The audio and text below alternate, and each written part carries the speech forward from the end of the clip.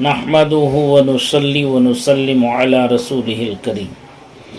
یادگار اسلاف، تلمیذ حضور حافظ ملت، خلیفہ حضور تاج الشریعہ، مفتی کرناٹک حضرت علامہ الحاج الشاہ مفتی محمد انور علی صاحب رضوی حشمتی رحمۃ اللہ تعالی علیہ اپنے اسلاف کے سچے علمی وارث و جانشین تھے۔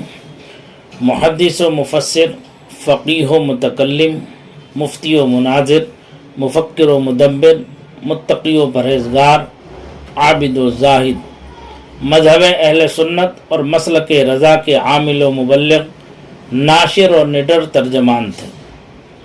آپ کی ذات جلالت العلم حضور حافظ ملت حضرت علامہ الشاہ عبدالعزیز محدث مراد آبادی علیہ الرحمت والرضوان کے ارشد تلامذہ میں صف اول میں شامل تھی۔ الجامعۃ الاشرفیہ مبارک پور کے فارغین میں ممتاز حیثیت کے حامل تھے۔ حافظ ملت کی بافیض صحبت نے آپ کو کندن بنا دیا تھا۔ اعلاء کلمت اللہ، حق گوئی و بے باکی آپ کا وصف خاص تھا۔ بڑی سے بڑی شخصیت کو دین و سنت کے معاملے میں کبھی خاطر میں نہ لاتے، بغیر لومۃ لائم کلمہ حق کو بلند فرماتے، استقامت فی الدین و تسلف فی الدین کے کوہ گراں تھے، جس کی وجہ سے زندگی کے سفر میں بہت سی کٹھنائیوں اور دشواریوں کا سامنا کرنا پڑا، مگر پائے استقلال میں کبھی جنبش بھی نہ آئی۔ ہنستے مسکراتے اپنے رب کی ذات پر کامل اعتماد و یقین اور استاد گرامی کے حکم کی تعمیل میں اپنی منزل کی طرف ثابت قدمی سے بڑھتے چلے گئے۔ نہ کبھی کسی سے صلے کی چاہت رکھی، نہ کسی سے کوئی گلہ شکوہ روا رکھا۔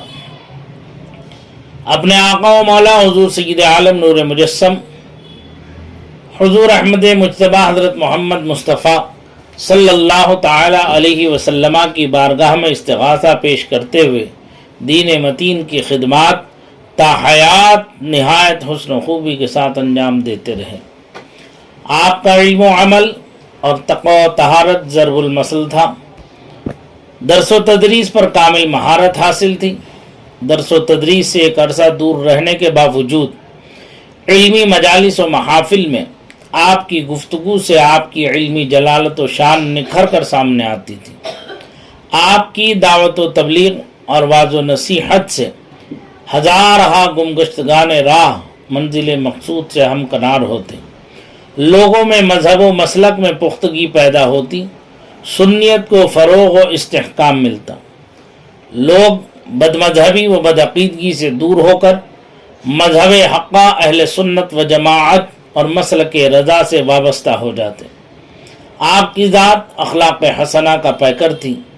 اپنے سے بڑوں کے ساتھ ادب و احترام اور چھوٹوں پر شفقت و محبت آپ کی عادت کریمہ تھی۔